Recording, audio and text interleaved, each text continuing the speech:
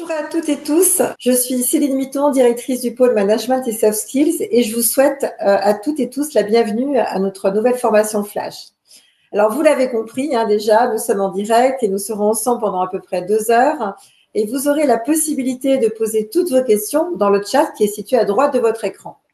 Et bien évidemment, Thomas continuera à nous assister pendant cette présentation et donc n'hésitez pas à écrire dans le chat si vous rencontrez des problèmes d'ordre technique. Je voulais également vous dire qu'à l'occasion de la Semaine des droits de la femme qui s'est tenue du 4 au 10 mars dernier, nous avons souhaité organiser cette formation Flash qui est intitulée « Femmes entrepreneuses, soyez actrices du changement ». Et pour cela, j'ai travaillé sur le sujet, j'ai fait appel à Alix Seigné. Nous travaillons beaucoup avec Alix sur ces thématiques, mais également sur d'autres sujets de formation. Mais avant d'aborder en détail ce sujet qui nous réunit aujourd'hui, permettez-moi de vous présenter brièvement notre groupe M2I Formation et on se reparle juste après.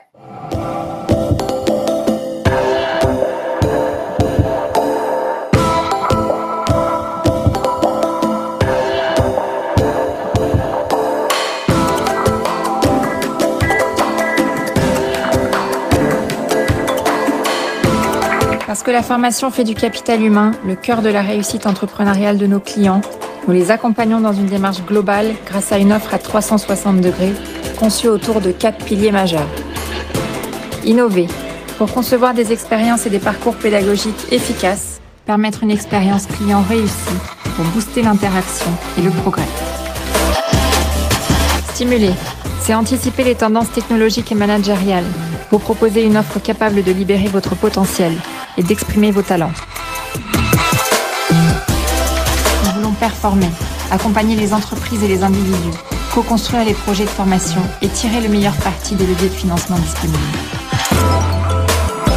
Et s'accomplir, se former tout au long de sa vie, enrichir et faire évoluer ses connaissances, se donner toutes les chances d'atteindre son but pour un avenir brillant.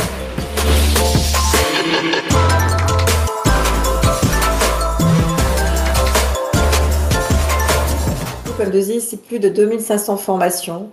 Elles sont toutes disponibles en présentiel et en distanciel et elles sont animées par nos experts avec la même qualité, le même engagement pédagogique. Notre groupe, c'est 35 centres de formation répartis sur tout le territoire, comme vous le voyez à l'écran. Nous proposons également des formations qui bénéficient d'une certification et qui sont donc éligibles au CPF. Je vous remercie pour votre attention et je vais te céder la parole. Alix, si tu veux bien. Eh bien, bonjour à toutes et tous. Donc, je suis ravie d'être ce matin avec vous. Et puis, vous êtes nombreuses et nombreux.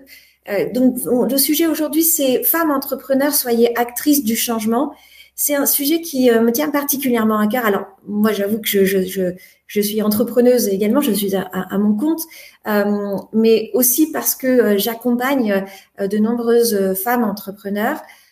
Et vous verrez dans la suite, on parlera de nos expériences, vous me parlerez aussi de vous, puisque la particularité, c'est que je lis le chat en direct et j'aime bien avoir la capacité de dialoguer aussi avec vous. Donc, ça m'intéressera aussi d'avoir vos expériences, que vous puissiez partager ce qui se passe pour vous vis-à-vis de ce sujet femmes entrepreneurs. Alors, ce choix-là que l'on a fait avec Céline, c'est aussi parce que l'entrepreneuriat, il y a une sorte de vague entrepreneuriale que l'on vit en France, et c'est un sujet qui est particulièrement sur surveillance, qui est aidé aussi par l'État. Et la question qui se pose, c'est pourquoi pas plus de femmes entreprennent. Alors, vous verrez qu'il y a quand même un certain nombre de femmes qui entreprennent, mais on discutera, on partagera ensemble de qu'est-ce qui fait que les femmes entreprennent et qu'est-ce qui fait qu'elles n'entreprennent pas également. Donc, on va parler du phénomène entrepreneurial, on va parler d'argent, mais parce que c'est important de parler d'argent quand on entreprend. Et souvent, c'est tabou, on parle pas d'argent. Mais non, on va parler d'argent parce que c'est justement pas un tabou. On parlera du syndrome de l'imposteur. 70% des personnes sont atteintes du syndrome de l'imposteur, femmes comme hommes. On parlera aussi de stéréotypes de genre. Qu'est-ce qui fait que, c'est encore un sujet, les femmes et l'entrepreneuriat. Et puis, on terminera par se booster. Voilà, il est 10h20. On sera à peu près proche de midi. C'est le moment de se mettre en action et de se mettre en énergie. Et puis, on terminera parce que ce que M2I peut proposer aussi comme offre de formation sur le sujet pour justement vous permettre de poursuivre dans cette voie-là. Alors, je vais me présenter parce que là, ça fait déjà quelques minutes que je vous parle. Donc, moi, je suis Alix Seigné. Je suis coach, consultante et formatrice en management, spécialisée aussi dans l'égalité professionnelle homme-femme. Alors, on dit femme-homme. Il y a une, voilà, on dit toujours dans ce sens-là. Pourquoi? Parce que on respecte l'ordre alphabétique et que le F est avant le H. Donc la particularité, c'est que moi j'ai passé 10 ans dans l'industrie avant de changer complètement de voie et de devenir coach et de monter ma société. Dans l'industrie, j'étais plus particulièrement dans l'industrie de la défense. J'ai toujours été dans un milieu très masculin. Il se trouve que je suis aussi ingénieure de formation, donc j'ai fait des études plutôt techniques, donc avec aussi très peu de femmes. Et j'ai monté le réseau de femmes de mon entreprise. Alors, bien sûr, avec beaucoup d'autres femmes. Donc, au travers de ce réseau, ça m'a permis d'accéder à des réseaux de femmes. Donc, j'ai participé au cercle Interrel pendant plusieurs années.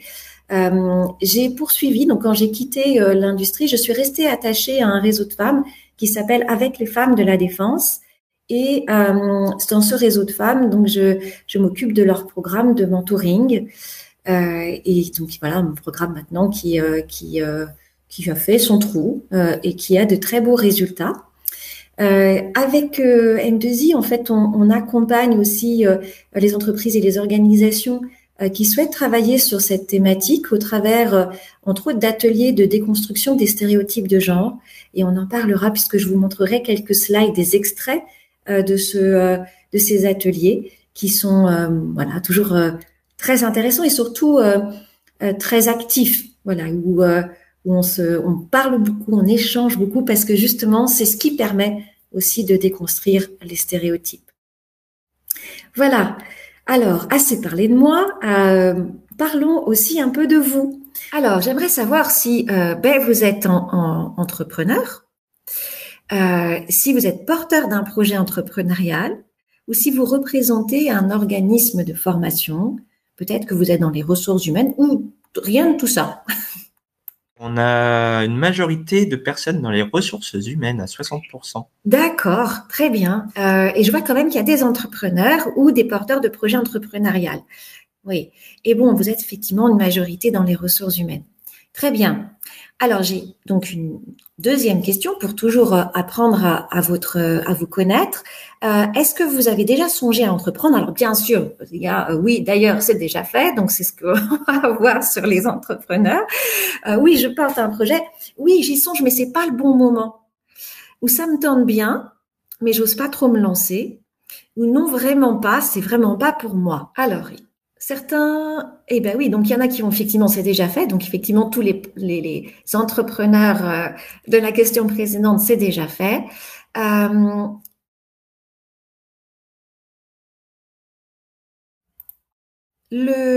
Certaines, ça vous tente. Mais c'est bien parce que vous êtes au bon endroit. Ça vous tente, mais vous n'osez pas vous lancer.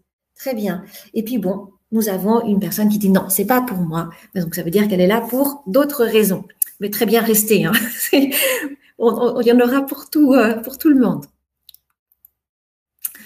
Alors, ce que je vous propose, c'est de tester un peu vos connaissances déjà, aussi pour voilà que vous puissiez me dire ce que vous savez. On parle de phénomène entrepreneurial, de boom dans la création d'entreprises. Cependant, ça vous a pas. Vous savez que nous sommes un peu quand même dans une crise économique. On sort d'une pandémie. De votre point de vue, le nombre de créations d'entreprises est en recul. Le nombre de créations d'entreprises a chuté puis est reparti à la hausse. Le nombre de créations d'entreprises a fait un boom de 30% en sortie de crise Covid. Ou le nombre de créations d'entreprises est stable malgré la crise. On a une majorité en fait qui répondent. Donc le nombre de créations d'entreprises a fait un boom de 30% en sortie de crise du Covid. Je vois on a 88%. Je vois que j'ai des experts qui sont là avec moi. Ben, tant mieux. Comme ça, on va pouvoir énormément échanger. Et ben oui, effectivement, ça a fait un boom. Et d'ailleurs, ça a été une surprise pour un grand nombre de spécialistes du domaine qui n'avaient pas du tout misé sur une telle tendance. Et ça, c'est assez marquant. Ça montre aussi que c'est un élément qui est quand même est relativement important. Ça veut dire qu'aujourd'hui, quand on entreprend malgré des situations difficiles, on se dit qu'il y a quelque chose qui est bien engagé dans la culture entrepreneuriale. Et c'était pas non plus gagné parce qu'il y a encore une vingtaine d'années, on n'avait pas des chiffres comme celle-ci. Alors, quand même, ce qui est important aussi, c'est de prendre en considération que c'est quand même beaucoup de micro-entreprises, hein. Particulièrement en Île-de-France, hein, donc vous le voyez.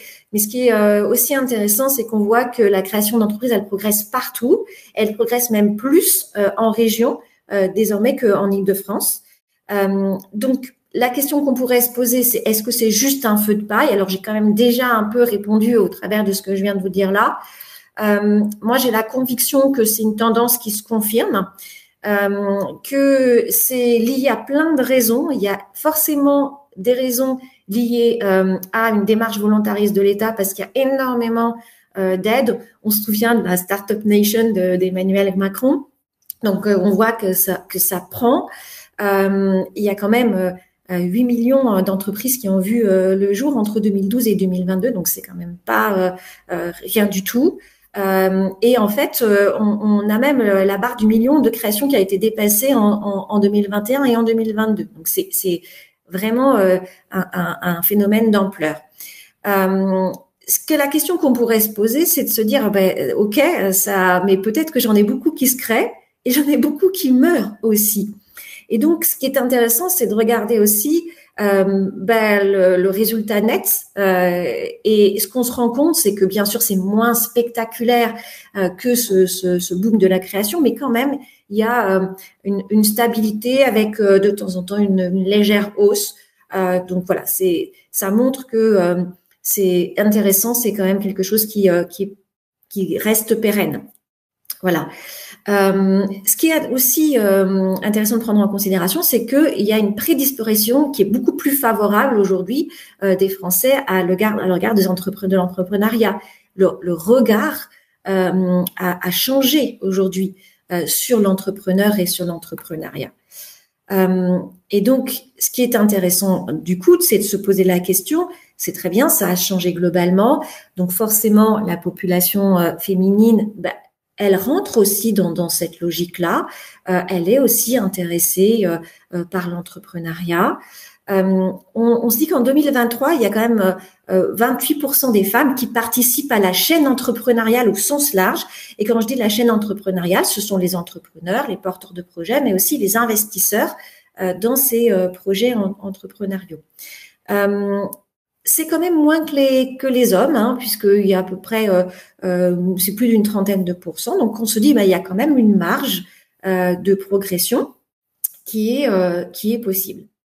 Mais avant de rentrer un peu plus loin, je pense que ça vaut le coup de partager ensemble ce que c'est que l'entrepreneuriat. Parce que c'est quand même on entend partout, c'est comme je vous dis que c'est un phénomène. Vous ouvrez un journal, on va vous parler d'entrepreneuriat. Mais finalement, qu'est-ce qu'il y a derrière?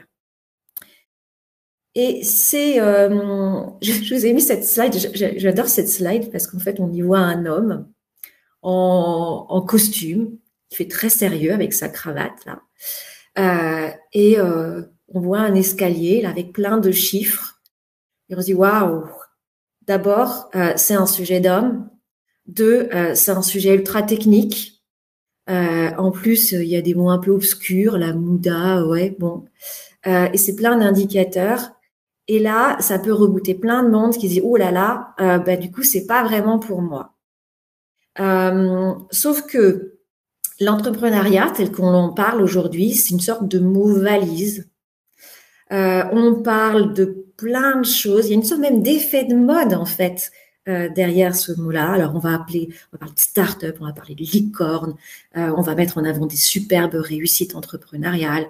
Voilà. Sauf qu'en fait, l'entrepreneuriat, c'est beaucoup plus simple et beaucoup plus basique. C'est avant tout une façon de penser, une façon d'agir, de penser l'agir.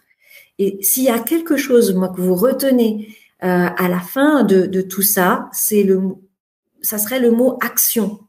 L'entrepreneuriat, c'est ça, c'est agir, c'est se mettre en action, c'est agir dans un objectif particulier. Et après, on va beaucoup parler de l'incarnation de l'agir. Alors, la dynamique entrepreneuriale, elle est aussi portée par des sociétés comme Uber. Alors, on en entend beaucoup parler. Vous savez, Uber, ils n'ont plus de salariés, donc c'est aussi une transformation sociétale qui est alors intéressante, questionnable aussi. Hein, je le reconnais. Uber, par exemple, entreprend à 40 000 entrepreneurs, auto-entrepreneurs, et travaille avec ce tissu-là.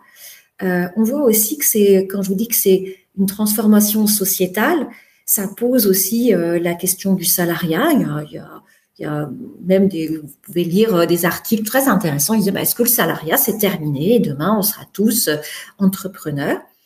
Alors, peut-être qu'il y a des personnes qui sont syndiquées, là, parmi vous, qui vont lever la main, qui vont dire, oh là là, Alix, est-ce que tu es sûr que c'est une transformation sociétale que l'on veut pour demain? Moi, je pose la question, beaucoup de monde la pose, je n'ai pas d'avis ni pour ni contre, je trouve que c'est intéressant de se questionner. Voilà. Ce qui est aussi intéressant, c'est que on entreprend dans des sujets extrêmement variés, qu'on voit que ça atteint aussi les petites villes, les petites villes, et je trouve que c'est aussi intéressant de voir la manière dont le monde rural rentre dans l'entrepreneuriat, dont les jeunes aussi rentrent de plus en plus nombreux dans l'entrepreneuriat. Il y a quand même un tiers des porteurs de projets qui ont moins de 30 ans.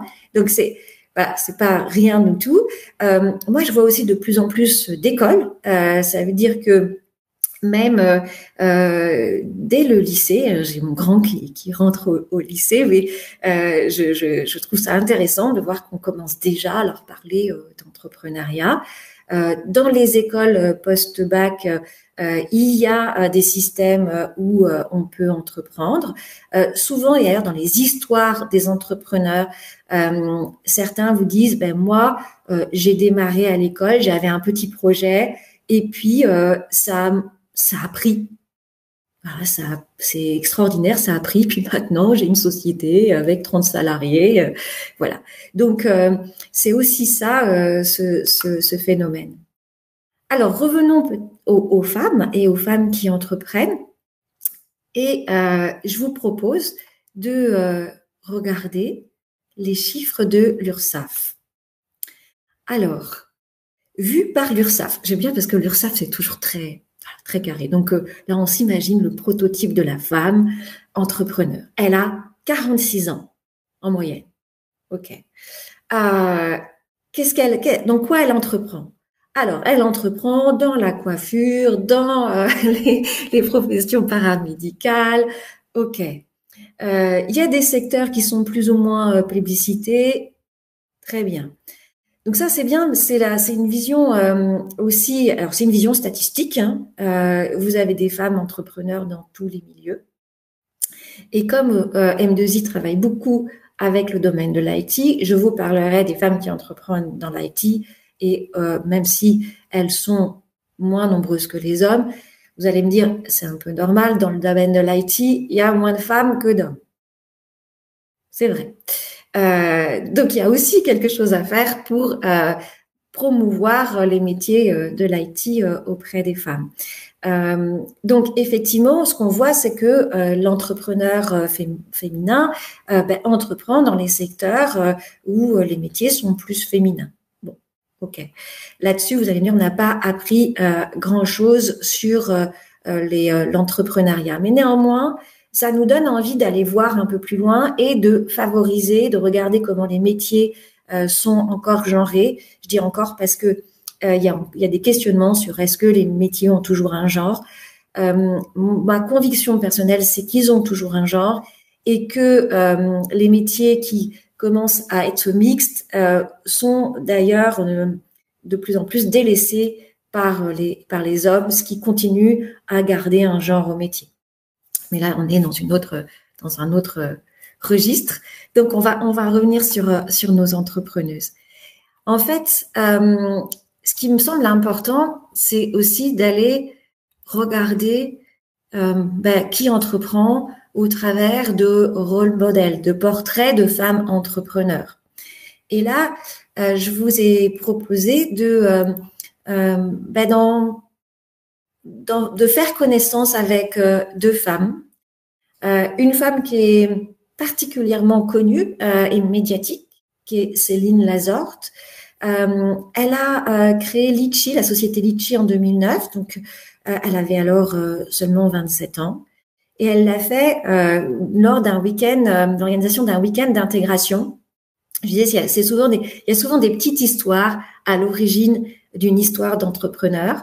Et puis elle se dit, tiens, il y a pas de solution de cagnotte où on peut tous partager un peu d'argent pour essayer de faire quelque chose. On fait ça un peu à la mano. On se distribue l'argent, puis il y a quelqu'un qui tient les comptes. Elle se dit, mais c'est dommage, il y a la possibilité de faire autrement, et elle crée la société Litchi. C'est sa première entreprise, mais en fait derrière, vous verrez que souvent dans les histoires d'entrepreneurs, il y a un premier projet, et puis très vite il y a un deuxième projet, et puis un troisième projet, etc., etc. Parce que entreprendre, une fois qu'on a pris le virus, c'est tellement bon qu'on continue à entreprendre sur plein de sujets. J'aimerais savoir si vous aussi vous sentez, pour les porteurs, pris du virus d'entreprendre, parce que ça donnera peut-être envie aux autres de ceux qui n'ont pas encore osé se lancer, d'entreprendre également. Est-ce que vous avez le virus? Tout comme moi. Est-ce que vous avez, je vous ai mis une citation, la sagesse, c'est d'avoir des rêves suffisamment grands pour ne pas les perdre de vue quand on les poursuit, d'Oscar Wilde. Ce qui est vrai aussi, parce que dans les histoires d'entrepreneurs, il y a aussi des histoires où on se perd et on se retrouve. Et ce qui est intéressant, c'est que même quand on a des échecs dans l'entrepreneuriat, on apprend et ça... on a toujours quand même envie de rebondir. Donc, on a aussi des histoires d'entrepreneurs qui rebondissent après des échecs. Et d'ailleurs, on en parlera plus après. Alors, le temps que le chat se mette à bouger, toujours pour vous parler de Céline Lazorte. Donc, elle a après lancé MangoPay, qui est une solution de paiement en ligne. Et la particularité, c'est qu'elle l'a fait avec les acteurs de l'économie collaborative. Souvent, il y a dans les histoires d'entrepreneuriat, vous voyez, il y a des petites histoires un peu petites. Ah tiens, on n'a pas eu cette idée. Et si on faisait quelque chose, mais très vite aussi, on a aussi l'incarnation de nos valeurs, de ce qui compte pour nous dans la vie, de ce que l'on veut aussi amener au monde. Donc, vous voyez, c'est pour ça que je vous parle d'économie collaborative. Chez Céline Lazorte, il y a une vraie volonté de partager et de faire grandir aussi la société. C'est la raison pour laquelle elle a poursuivi avec sa dernière société qui est Résilience, qui est une société qui propose des outils d'aide à la décision et de suivi des patients pour les oncologues. Donc, elle travaille avec le Centre Gustave Roussy sur le cancer. Donc, c'est vrai aussi que vous voyez qu'il y a beaucoup dans l'entrepreneuriat d'entreprises sociales et solidaires aussi qui se développent.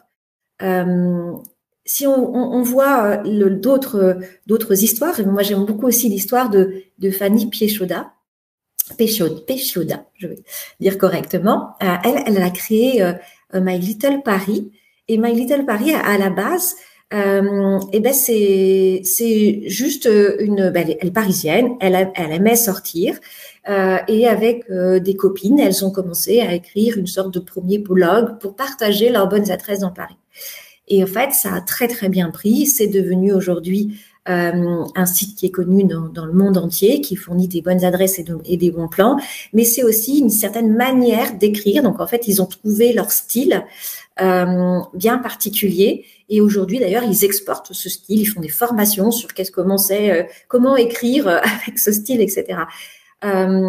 Elle a poursuivi son exploration entrepreneuriale. Donc, elle a créé une nouvelle entreprise qui s'appelle Sis Only, qui commercialise des cosmétiques sains et naturels.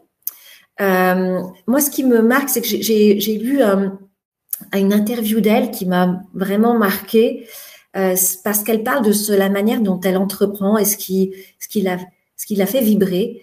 Et elle dit: mon bonheur, c'est de bâtir. J'y mets toute mon énergie et j'ai la chance de choisir mon environnement, mes collaborateurs. J'ai la liberté d'être authentique. Et cette notion d'authenticité, on la retrouve très souvent chez les entrepreneurs. Elle dit: l'entrepreneuriat, ce n'est que de l'énergie. J'ai établi un ratio entre énergie reçue et énergie donnée. Il faut que le rêve soit plus gros que les emmerdes. Quand je fais ce qui me passionne, mon énergie vitale est inépuisable. Et ça, je trouve que c'est majeur. Là aussi, vous avez dit, s'il faut redire qu'une chose, c'est action. La deuxième chose qu'il est important de retenir, c'est énergie. Voilà, action et énergie. Et quand on fait ce qui nous passionne, on a une énergie débordante. Ce qu'elle dit également, c'est que j'ai énormément d'idées, mais une idée sur deux est une fausse bonne idée. Donc je fais vite et du coup l'échec passe vite. Et c'est aussi ça, et on le verra, on a plein d'idées tout le temps, on a plein de projets tout le temps, mais voilà, il y en a qui n'aboutissent pas, et c'est pas très grave. Voilà. Ça me permet de passer à la suite et de continuer à écouter ce qu'on peut dire sur les femmes entrepreneurs. Et alors, je vous propose d'écouter Émilie Corchia et Hervé Dechêne. En fait, il se trouve que j'appartiens à l'Institut de la sociodynamique et on organise tous les 2 ans le campus de l'innovation managériale. Et en 2021, donc pendant la pandémie, on avait fait une version toute numérisée. Donc là, vous allez avoir un extrait d'une table ronde que j'ai animée sur l'entrepreneuriat, un phénomène de société qui bouleverse les codes. Et Hervé et Émilie vont vous parler de l'entrepreneuriat au féminin. Avant de leur donner la parole, je vous dis rapidement qui sont Hervé et Émilie. Donc Hervé Dechêne, c'est un spécialiste de l'entrepreneuriat. Il a accompagné plus de 850 entrepreneurs en 20 ans. Aujourd'hui, il s'occupe plus particulièrement de l'open innovation et il fait le lien entre les grands groupes et les petites structures sur l'open innovation. Il a lui-même été dirigeant de plusieurs startups et aussi de licornes, hein, donc qui sont des startups en très forte croissance. Alors, chez Émilie Corchia, Émilie, en fait, elle a monté une entreprise qui s'appelle My Job Glasses. Et c'est le premier acteur du mentorat des jeunes. C'est une entreprise qui a été élue meilleure entreprise EdTech 2020. Et donc, vous verrez d'ailleurs après qu'elle est particulièrement médiatisée dans ce domaine-là. Alors du coup, si vous aviez à décrire finalement l'entrepreneur type aujourd'hui, et on n'a pas parlé des femmes aussi, tu parlais au démarrage de notre table ronde de l'entrepreneuriat féminin, est-ce qu'il y a aussi une caractéristique particulière? Et du coup, Émilie, je ne peux que te poser la question. Je ne sais pas s'il y a une caractéristique particulière, en tout cas, il y a de plus en plus de place. Et ça, c'est super, il y a énormément de choses qui sont faites pour inciter les femmes à entreprendre, et je pense que on a, nous aussi, en tant que femmes entrepreneurs, quelque chose à faire, c'est-à-dire d'aller voir les jeunes filles de plus en plus et les inciter à entreprendre, leur montrer que c'est possible. Nous, on croit beaucoup au rôle modèle pour influencer et donner envie, parce qu'on sait que les femmes osent moins, on va dire, que les hommes en général, et donc du coup, aller les voir et les pousser à le faire. Après, pour moi, la vraie chose, et c'est ce que disait Hervé tout à l'heure, en entrepreneur, c'est quelqu'un qui passe à l'action. Donc, c'est ça qu'il faut inviter et c'est ça qu'il faut inciter à faire le plus possible. Après, en observateur, parce que je ne suis pas concerné, mais j'observe beaucoup dans mon métier l'entrepreneuriat féminin.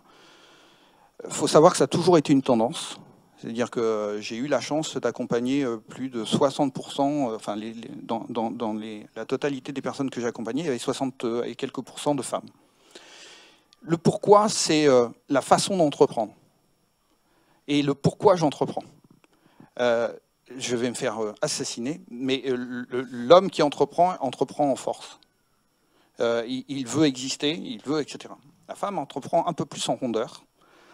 Et finalement un peu moins en combat. Mais quand on parle d'autocrate, puisque je reviens sur ce sujet-là, il y a deux façons d'être autocrate. Il y a, de toute façon, tout le monde y va, mais il y a la façon de l'enrober. C'est l'entrepreneur masculin va pas l'enrober, quoi. On y va, quoi. L'entrepreneur féminin va essayer de ramener la personne. Tu vois, je vois Émilie, tu vois de quoi je parle. Je vais enrober les choses pour finalement arriver. Donc ça, c'est une vraie différence. Mais encore une fois, 40% des entrepreneurs au sens large sont des femmes. Ça prouve bien qu'il y a quelque chose. Il y a la volonté d'exister. Il y a la volonté d'exister socialement, la volonté d'exister dans sa vie. Et ça, moi, je suis admiratif d'un certain nombre de femmes que j'accompagne aujourd'hui. Elles ne se posent même pas la question. Elles se posent même pas la question. C'est de toute façon, j'ai le droit d'entreprendre. J'ai dit, attends, t'es gentil, mon conjoint, de toute façon, c'est moi qui existe socialement. T'es d'accord avec moi? Je veux dire, c'est comme ça que ça existe. Quand j'ai commenté il y a 20 ans, les femmes qui entreprenaient devaient demander l'avis à leur conjoint. Oui, mais tu comprends, je veux bien que tu entreprennes, mais tu vas chercher quand même les enfants à l'école à 16h. Je l'ai vécu. Et puis, j'ai vécu aussi des femmes qui me disaient, oui, mais enfin, tu comprends, un entrepreneur, c'est quelqu'un qui est toujours visible, et moi, mon conjoint, il va prendre un peu ombrage si je suis visible socialement. Il n'y a plus cette question-là aujourd'hui.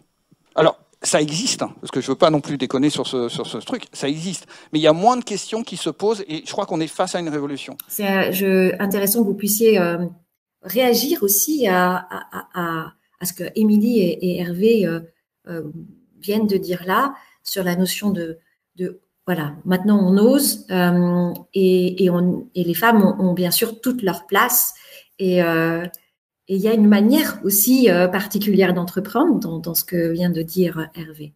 Le temps de vous laisser bien sûr la capacité à réagir dans le chat, je vous propose de poursuivre avec alors voilà, tous les chaque année au mois de mars, il y a une sorte d'affolement autour du sujet des femmes. Je trouve ça toujours intéressant. Donc forcément, c'est le moment où on réactualise l'ensemble des chiffres, mais c'est aussi le moment où on lance tout un tas de programmes, etc. Donc cette année, je trouve très intéressant que l'État s'est intéressé à booster cet entrepreneuriat des femmes, et ils ont donc le gouvernement a lancé cette nouvelle campagne qui est toutes et tous égaux, et donc ce sont des lettres d'entrepreneuses adressées à des femmes qui souhaiteraient entreprendre. Donc là, je vous en ai mis quelques-unes parce que voilà, il y en a une d'Émilie et il y en a une aussi de Céline et bien d'autres qui vous parlent de qu'est-ce que ça a été pour elles qu'entreprendre, et pourquoi c'est intéressant pour vous aussi d'entreprendre. Donc, je vous conseille ces lectures-là. Parce que c'est aussi des beaux témoignages. Je veux juste voilà un passage qui était, je crois que c'est celle de Émilie. Chère lectrice, si je m'adresse à toi au travers de cette lettre, c'est pour te raconter mon histoire. Celle d'une femme qui s'est lancée dans l'aventure entrepreneuriale avec l'intime conviction que rien n'est impossible quand épouse une cause qui nous anime. Je ne vais pas te mentir, entreprendre ce n'est pas un long fleuve tranquille. Mais avec une équipe que tu sauras créer autour de toi, une passion qui t'embarque, tu pourras t'épanouir en tant que femme entrepreneur, etc. Et je vous laisserai poursuivre pour vous donner envie d'aller découvrir toutes ces très belles lettres. Alors, si malgré tout ça, vous n'êtes toujours pas convaincu, c'est qu'il existe encore des freins. Et j'aimerais que vous retourniez dans le sondage pour me dire, à votre avis, qu'est-ce qui peut toujours freiner l'entrepreneuriat des femmes après avoir écouté cette formation flash? À votre avis, j'ai encore l'équilibre vie privée, vie professionnelle. Eh bien oui, et oui, il y a encore des craintes vis-à-vis de ça.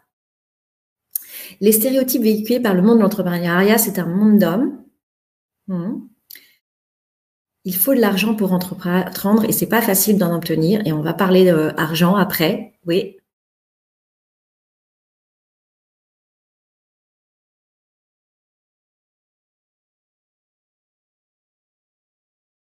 C'est quand même beaucoup, dans une grande majorité, vous avez un sujet sur l'équilibre. Et c'est intéressant parce que vous verrez, alors je l'ai pas mis comme vidéo, mais je vous ai mis le lien pour pouvoir aller l'écouter d'une maman qui parle à sa petite fille et qui lui explique pourquoi elle est devenue entrepreneuse. Et il y a un sujet d'équilibre. Donc on peut aussi entreprendre pour son équilibre. D'ailleurs, je crois que je l'ai aussi un peu fait. Alors, je pense que ça s'est à peu près stabilisé. Donc, bon, globalement, vous êtes à 60%. Votre sujet, c'est l'équilibre vie privée, vie professionnelle. Mais quand même, il y a un sujet de stéréotype et il y a un sujet d'argent, sans grande surprise. Alors,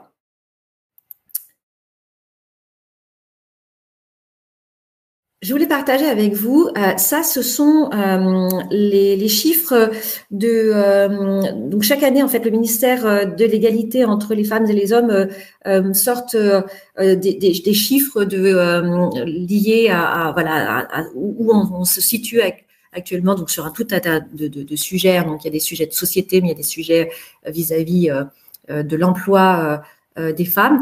Et moi, ce qui m'a particulièrement marqué, alors je pense pas que ça soit la dernière édition 2023 parce que à chaque édition, il y a un prisme particulier. Donc, ce sont pas complètement les mêmes sujets qui sont analysés. Ce qui fait que ce qui est intéressant, c'est que vous pouvez, si vous lisez ce genre de rapport, je vous suggère de lire par exemple les 3 derniers parce que vous aurez des regards à chaque fois différents sur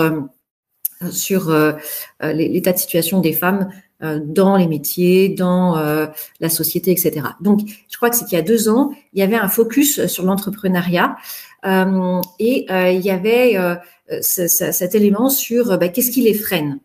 Et moi, ce qui m'a marqué, c'est que quand même à 51%, ce qui les freine, c'est l'accès au financement. Et 25% de la circulation des temps de vie. Donc, on voit que finalement, c'est un peu inversé par rapport à ce que vous nous avez dit là aujourd'hui, mais ça reste quand même des sujets importants. Ce qui est aussi marquant, c'est cette notion de syndrome de l'imposteur, ce manque de confiance en soi, et c'est la raison pour laquelle nous, derrière, on va en parler aussi ensemble. Et puis, il y a le sexisme, avec quand même une femme sur 5 qui considère qu'elle a fait l'objet de remarques sexistes dans ses activités d'entrepreneur. Donc, c'est aussi quelque chose de majeur. Je ne m'attendais pas à un chiffre aussi important. Et donc, du coup, on en parlera également derrière. Alors, ça va nous permettre de parler argent. Et la première chose, c'est de se dire que quand on parle argent, en fait, il y a quelque chose qui a une forme de phénomène que finalement, on retrouve avec des éléments un peu particuliers parce que quand on parle de l'argent dans le domaine de l'entrepreneuriat, on parle du salaire qu'on peut se donner, mais on parle aussi de l'investissement, d'aller chercher des fonds qu'on arrive ou qu'on n'arrive pas à trouver. Si on regarde, en fait, il y a quand même un phénomène globalement de société autour de l'argent. Et on se rend compte que globalement, il y a toujours un écart. Ça reste un domaine sur lequel, malgré un grand nombre de lois, on a toujours cette particularité. Là,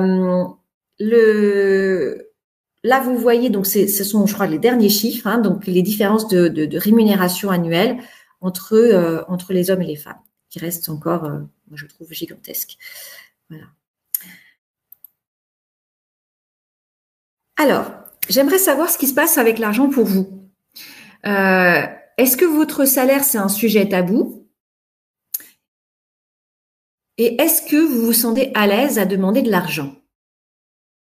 Alors, quand même, globalement, vous êtes nombreux nombreux et nombreuses, parce que je sais pas je n'ai pas l'impression qu'il y ait que des femmes, à dire que c'est pas un sujet tabou, mais quand même, on a quand même 36% qui considèrent que c'est un sujet tabou. Voilà. C'est-à-dire que vous ne parlez pas d'argent assez librement autour de vous. Voilà. Alors, est-ce que vous vous sentez par contre à l'aise à demander de l'argent?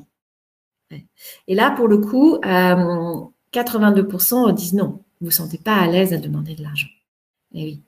Or, quand on entreprend, parfois, on a besoin d'argent. En tout cas, à un certain stade, on a besoin d'argent. Et donc, il va être nécessaire, effectivement, d'aller le demander. Alors, on voit qu'il y a plusieurs choses dans ce frein vis-à-vis de l'argent. Il y a d'abord quelque chose qui est de l'ordre du frein, on va dire, personnel, en fait. Hein. Et ce qui est intéressant, c'est que, voilà, je vous ai mis un élément qui date du cercle Interrel, c'était le colloque de 2012. Et en fait, en 2012, on se posait déjà cette question de qu'est-ce qui se passait avec l'argent. Et ça, c'est quelque chose qui m'a marqué. Alors, vous pouvez le retrouver, en fait, hein, si vous allez sur le cercle Interrel, vous allez chercher dans le fin fond de leur site web, vous retrouverez ces éléments-là sur le colloque de 2012. Mais déjà, on se posait la question, mais qu'est-ce qui fait qu'on va pas, qu'on parle pas d'argent, qu'on va pas demander une augmentation, que l'écart se creuse, qu'est-ce qui est de l'ordre du phénomène individuel de moi en tant que femme, qu'est-ce qui est l'ordre du phénomène culturel et sociétal, qu'est-ce qui fait, quel est mon rapport à l'argent, quel était le rapport de ma mère à l'argent ou de ma grand-mère à l'argent. Ça interroge toutes ces dimensions-là. Ce que moi je me rends compte que voilà, il y a encore un sujet, et ça me permet de vous interroger et de tester aussi vos connaissances. À votre avis, quand les femmes ont-elles pu être libres et indépendantes dans la gestion de leur argent? Bon, globalement, vous situez quand même ça relativement tard, 1948-1965. Ah, une personne nous dit 1917. Suite à la Première Guerre mondiale. Alors, on se rend compte que, en fait, là, je vous ai mis quand même des dates assez clés. C'est-à-dire que lors de la Première Guerre mondiale, les hommes étaient au front, les femmes se sont retrouvées à récupérer un grand nombre de tâches, y compris les sociétés. C'est-à-dire que quand le mari était patron d'entreprise, les femmes ont poursuivi et sont devenues patrons d'entreprise à ce moment-là. Ça a été vrai également dans le phénomène de la Seconde Guerre mondiale, mais derrière on a aussi un élément important qui est de grandes lois qui ont été faites à partir de 65. Alors, je vois que ça se stabilise. Donc, globalement, pour vous, c'est relativement tard, 1948, et vous êtes une majorité à dire 1965. Alors, on va justement voir ça ensemble. Je vous rappelle quand même que on part quand même de loin, parce que malgré le fait qu'il y ait eu des femmes au moment de la Révolution française, quand le Code civil vient entériner l'ensemble des acquis de la Révolution française, il met une régression mais énorme qui fait qu'en fait il déclare la femme juridiquement incapable. Je dis que c'est une régression majeure parce que en fait quand il la déclare incapable, il la déclare aussi incapable de contracter. C'est-à-dire qu'à ce moment-là, elle peut pas faire un contrat. Et encore, quand on est entrepreneur, on passe notre temps à faire des contrats. Donc, elle peut pas contracter sans l'autorisation de son mari. Et donc là, il faudra quand même quasiment 100 ans avant que les femmes mariées puissent disposer de leur propre salaire. Mais il faudra attendre encore plus avant qu'elles puissent ouvrir un compte bancaire en leur nom. Et exercer une profession sans autorisation de leur mari. Donc voilà, vous voyez qu'on revient quand même de très loin. Et il faudra encore attendre pour que la loi reconnaisse le principe de rémunération égale, donc à travail égal, salaire égal. Alors, moi je me dis que ça peut aussi être voilà, un héritage sociétal qu'on continue à véhiculer au travers de notre éducation, qui fait que pour les femmes, il y a un sujet vis-à-vis de l'argent, que c'est compliqué de parler d'argent, que c'est compliqué d'aller demander de l'argent, et que parfois on s'en sent pas complètement le droit. Néanmoins, vous l'avez dit, vous êtes de plus en plus nombreuses à considérer que c'est pas un sujet tabou, mais à avoir du mal à être frileuse à demander. Mais aussi d'un autre côté, il y a encore des investisseurs et des investisseurs hommes qui sont frileux à vous donner. Donc c'est aussi là où on voit que cet élément vis-à-vis de l'argent reste encore ancré d'une manière majeure dans notre société. Et c'est la raison pour laquelle il y a de nombreuses femmes entrepreneurs qui se sont saisies du sujet et qui ont d'ailleurs mis en place des associations, et on va vous en parler. Je vais vous en parler juste derrière parce que je vous montrerai un petit film qui, j'espère, vous donnera envie d'aller investir. Parce que c'est aussi un sujet, voilà, pour les femmes entrepreneuses de trouver une écoute favorable vis-à-vis de leur projet. Mais je vous disais, c'est à la fois quelque chose qui est probablement culturel et sociétal, mais aussi quelque chose qui est en nous. Ça veut dire que on peut pas seulement se dire, allez, c'est un héritage, j'en suis, et finalement j'ai pas de part de responsabilité. Je suis comme je suis parce que j'hérite de ce qu'on m'a donné. Non, vous êtes des adultes désormais, donc vous avez la capacité et même la responsabilité de questionner ça. Et dans ce questionnement que vous avez, je vous propose que là, on prenne quelques minutes pour faire le point, d'autant plus que ça fait presque maintenant 1 heure qu'on a démarré, et 1 heure que vous m'écoutez. Et d'ailleurs, je serais moi ravie de pouvoir aussi vous lire. Je vais vous laisser quand même le temps, là, de penser à vous, à vos pensées et vos émotions que vous associez, vous, à l'argent, mais aussi à la notion de réussite. C'est quoi réussir? Est-ce que réussir, c'est avoir de l'argent? Est-ce que réussir, c'est autre chose pour vous? Est-ce que la richesse, c'est important? Ou sinon, c'est berk? Quand vous questionnez vis-à-vis de ça, de votre rapport à l'argent, de ce que vous associez à l'argent, la réussite, la richesse, et que vous regardez comment votre maman, comment vos tantes, peut-être vos frères et sœurs, vos sœurs, vos amis, qu'est-ce que vous avez hérité de votre entourage qui en fait ne fait pas partie de vous, mais que vous dites aussi, qui influe vos comportements? Est-ce que tout ce que vous avez là qui vient à vous, c'est limitant ou c'est motivant?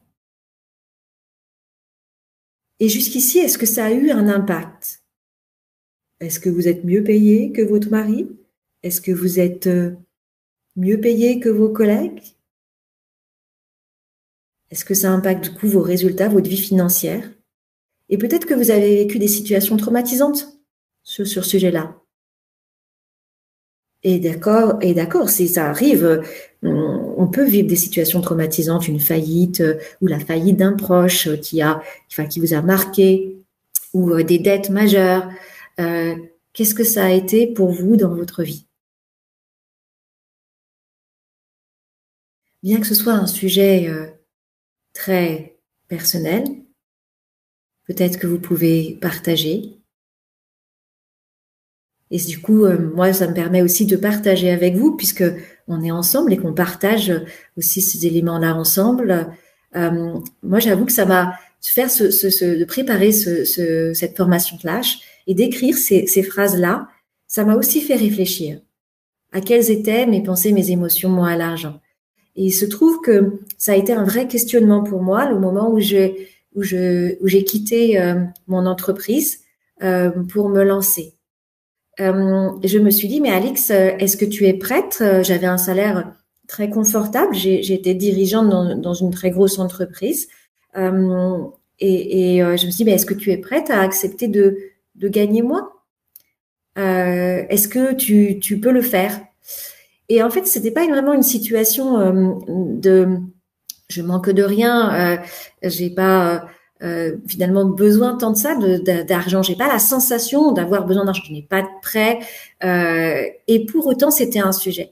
Et c'était un sujet, en creusant ça, je me suis dit, en fait, c'est un sujet pas vraiment vis-à-vis de l'argent, mais vis-à-vis de la représentation de l'argent, du statut social, de la réussite. Finalement, est-ce que réussir, c'est pas avoir de l'argent, avoir un bon salaire? Et finalement, je me suis rendu compte que je m'étais construit dans ma carrière au travers de cette logique-là, qui était non, c'est très important d'avoir un bon salaire parce que ça me pose vis-à-vis des hommes avec lesquels je travaille. J'ai travaillé essentiellement dans un milieu masculin. Et là, je me suis dit, mais en fait, c'est pas ça que... c'est OK de gagner moins. Et en fait, je me rends compte maintenant, après 3 ans, que finalement, au départ, j'ai gagné moins, mais aujourd'hui, je crois que je gagne à peu près autant qu'avant. Et je me suis dit, mais OK, donc tu peux lâcher, tu peux peut-être travailler moins. Du coup, si c'est plus un sujet d'argent, parce que bon, tu travailles quand même peut-être beaucoup. Mais en fait, c'est plus ça, c'est plus le sujet. Je dis, est-ce que j'ai vécu une situation, quand j'ai écrit, est-ce que vous avez vécu une situation traumatisante? Je dis, oui. Moi, l'argent dans ma famille, ça a toujours été un sujet de discorde. J'ai pas pour vous, mais moi, à chaque fois, je voyais mes oncles et mes tantes, ils s'engueulaient sur des sujets d'argent. Donc, je me suis dit, l'argent, c'est pas terrible si ça se met au travers de relations. Donc voilà, j'avais un peu aussi rejeté ça. Mais c'est tout ça aussi qui est important d'aller questionner, se dire, non, mais ça peut être demain autre chose qu'une situation de discorde, parce que finalement, ce dont ils étaient en train de parler, c'était pas d'argent. Ce qu'ils étaient en train de parler, c'était de reconnaissance. Ah, mais si j'ai plus d'argent que toi, c'est que je suis plus ou moins reconnue. Mais voilà, c'est pas l'argent lui-même qui se questionnait là. Décidément, je me rends compte que vous n'avez pas du tout envie de partager et d'écrire. Alors, c'est pas très grave. On va poursuivre. Vous aurez la parole de toute façon à la fin. Alors, je voulais partager quand même avec vous cette vidéo de Femme Business Angel parce que j'espère que ça vous donnera aussi envie.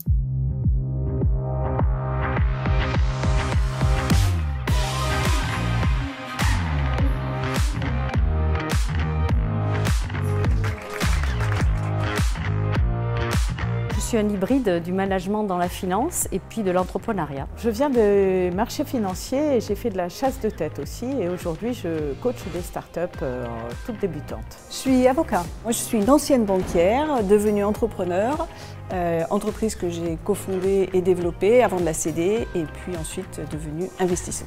Alors aujourd'hui je suis mentor professionnel. Mon métier c'est la communication et la gouvernance. Je dirige le département informatique, digital et data pour un groupe de l'agroalimentaire. Moi, je suis jeune investisseuse. Je suis dans l'administration, dans les finances publiques. Je suis responsable du segment mobilité chez Schneider Electric.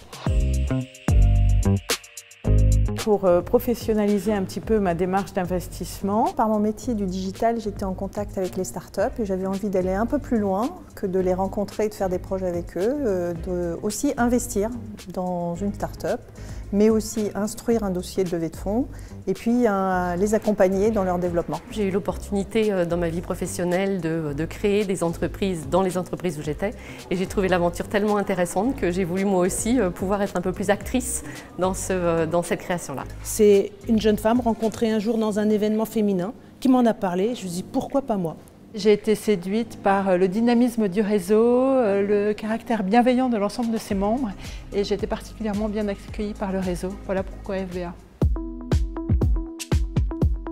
Je fait un peu des paris comme ça sur le futur et l'innovation. Le risque, le retour sur investissement et financer le monde de demain. C'est principalement l'aventure humaine, ce qu'une équipe est capable de proposer en tant que concept. C'est vrai qu'un concept, on a souvent de très bonnes idées, mais comment le dérouler et comment le faire aboutir, c'est peut-être ce qu'il y a de plus intéressant. Il faut voir le potentiel d'une société, imaginer où ça peut aller et voir la croissance des individus qui accompagnent les sociétés.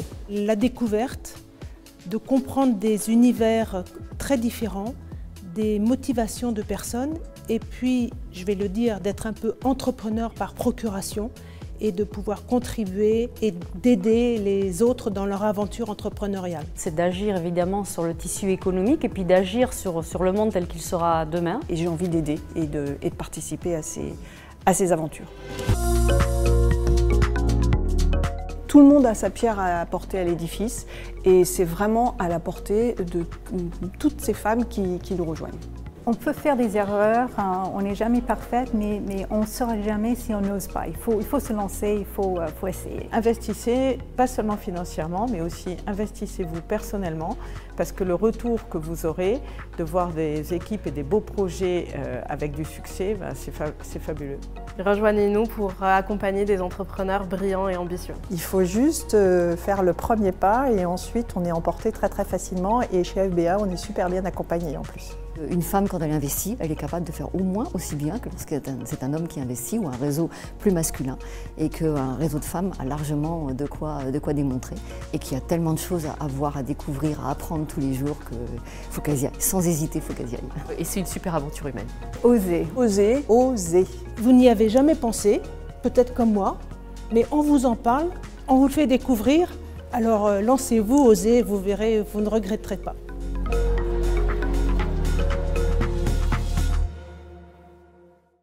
Voilà, l'essentiel a quand même été dit par cette association qui a vraiment une vocation d'aider à la création et à l'émergence des startups innovantes, qu'elles soient dirigées d'ailleurs par des hommes ou des femmes.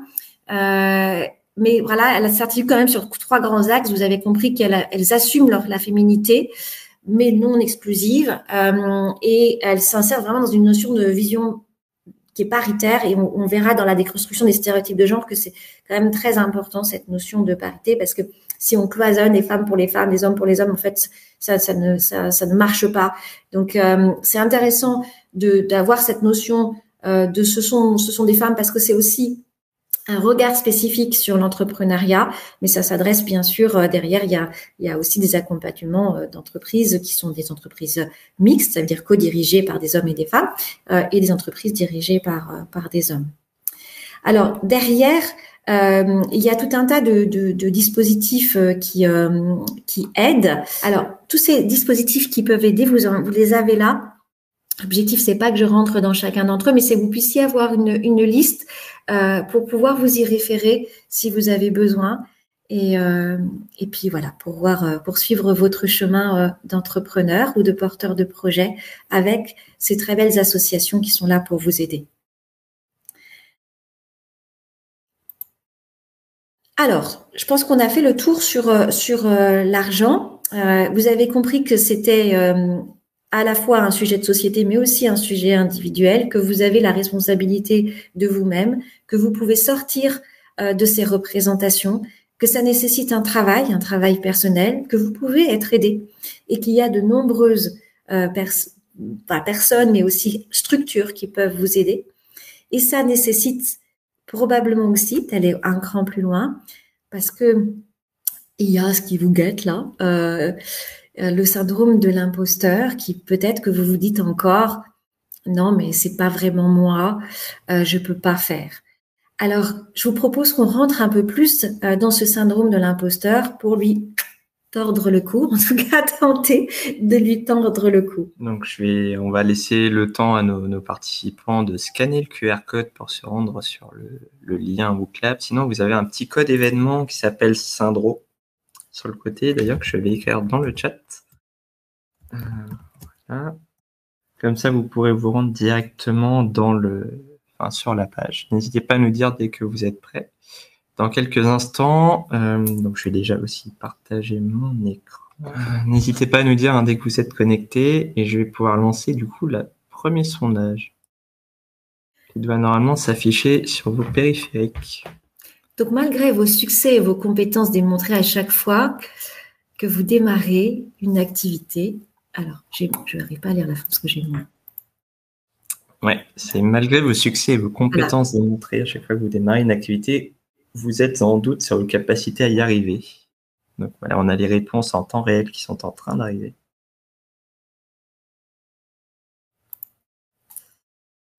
Ok, donc on a pour l'instant 3 réponses. Je vois. Okay. N'hésitez pas à donner vos réponses. Alors, Pauline dit qu'elle n'y arrive pas et Karine dit qu'il faut s'inscrire. Qu'il faut s'inscrire ? Normalement, non. Il y avait juste à scanner le QR code. Sinon, il faut aller sur wooklab.com. J'ai fait mon partage d'écran, du coup. Vous avez wooklab.com ici et vous utilisez le code Syndro. Je ne sais pas si vous le voyez bien à l'écran. On a 8 personnes qui sont pour l'instant connectées. On a que 5 réponses. Majoritairement, oui. Si on ouvre du coup les autres pour que le... Donc, quand vous réussissez, vous vous dites que vous avez beaucoup de chance d'y arriver cette fois-ci. Bien, je vais laisser un petit peu de temps pour les réponses. On voit que c'est assez interactif pour le coup. Oui, effectivement, ça bouge et ça s'équilibre d'ailleurs. Ça s'équilibre, oui, tout à fait. Très intéressant. Bien. Bon, on voit qu'on est sur une égalité parfaite pour l'instant. Ouais. Ah, presque. Très bien, je laisse le temps juste pour la dernière personne.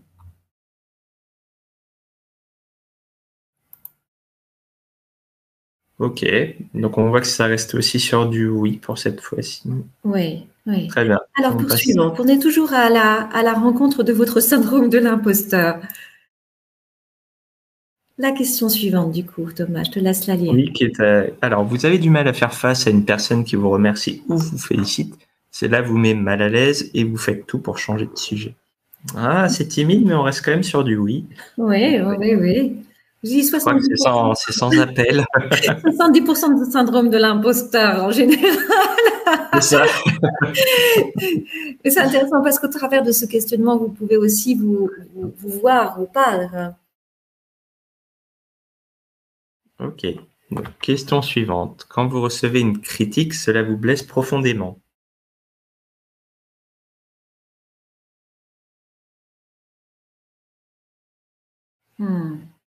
Oui, là, c'est beaucoup plus rapide, je trouve. Oui, on voit que le oui est beaucoup plus dominant. Voilà. Oui. Effectivement. Ok. Bon, là, je crois que c'est sans appel aussi. Très bien. Alors, question suivante. Face à un défi professionnel, vous vous préparez avec acharnement. Vous pouvez y passer un certain temps. C'est important que cela soit parfait. Il y a des cris du cœur. Oui, il y en a quelques-uns.